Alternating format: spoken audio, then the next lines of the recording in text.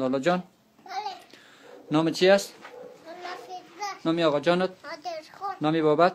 شدگل. بابا کلانت؟ فیزگل. چند سال هستی؟ 4 ساله. از کجا هستی؟ اشتوستا. بنده کیستی؟ بنده خدا. امت کی هستی؟ امت است لالا. در مذهب کی هستی؟ امام آیا. در دین کی هستی؟ لو. دروغ گفتن چی داره؟ گناه داره. نان نخورده چی میگی؟ چکن. کوکا را دیدی چی میگی؟ مثلا. هر کی صدا که چی میگی؟ بله. در غسل چند فرض است؟ 3 در فرد. طهارت چند فرض است؟ 4 نماز دیگر چند رکعت است؟ دیگه 4 فرد. در تیمم چند فرض است؟ 4 فرد. در تیمم چند فرض است؟ 3 فرد. بینی اسلام چند است؟ 5. اول، اول کلمه. دوم، دوم نمو. سوم، چهارم دویجا. چهارم، چهارم جاکر. پنجم. پنجم از خانه کبا. 4 خلیفه اسلام نام بگی. حضرت عثمان. هم، حضرت ابوبکر. هم، حضرت عمر. هم. حضرت علی. پدر حضرت محمد چی نام داشت؟ عبدالله. پدر کلانش، مادرش. مادرش، مادرش بیبیانش. دامادش، دامادش. حضرت علی. نواسش، نوزش. امام حسین. خانمش. خانمش. ها، عایشه صدیقه. حضرت محمد از کدام قبیله بود؟ قبیله قریش.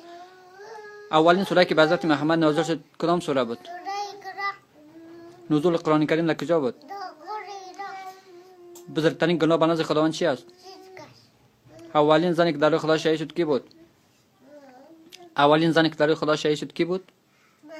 سمیه کی بود؟ سمیه. یا حضرت یاسر. زود بگو زنی حضرت یاسر. با چند کتابی من داری؟ با کدام 4 کتاب؟ قرآن. هم، انجیل. هم، زبور. هم. تورات. تورات. قرآن شریف با کی نازل شد؟ قرآن شریف.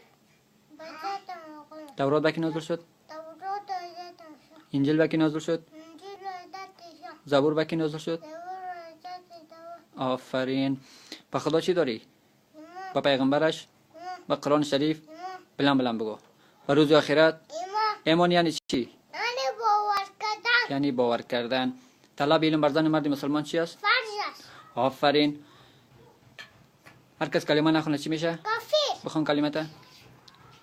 لا. لیلاغت. لیلاغو. راغدو. رسول الله. بخون دعا تا. لقمه. هزینه. من النار. بخون شعر تا. عشق مطب رفت. آدم شود. هم، جمعه. هم. خلقی. عالم می شود. آفرین. میخوای در آینده چی شوی؟ ای جمهور. افغانستان چند ولایت داره؟ 34 ولایت. 34 ولایت. داود خان در کدام سال به قدرت رسید؟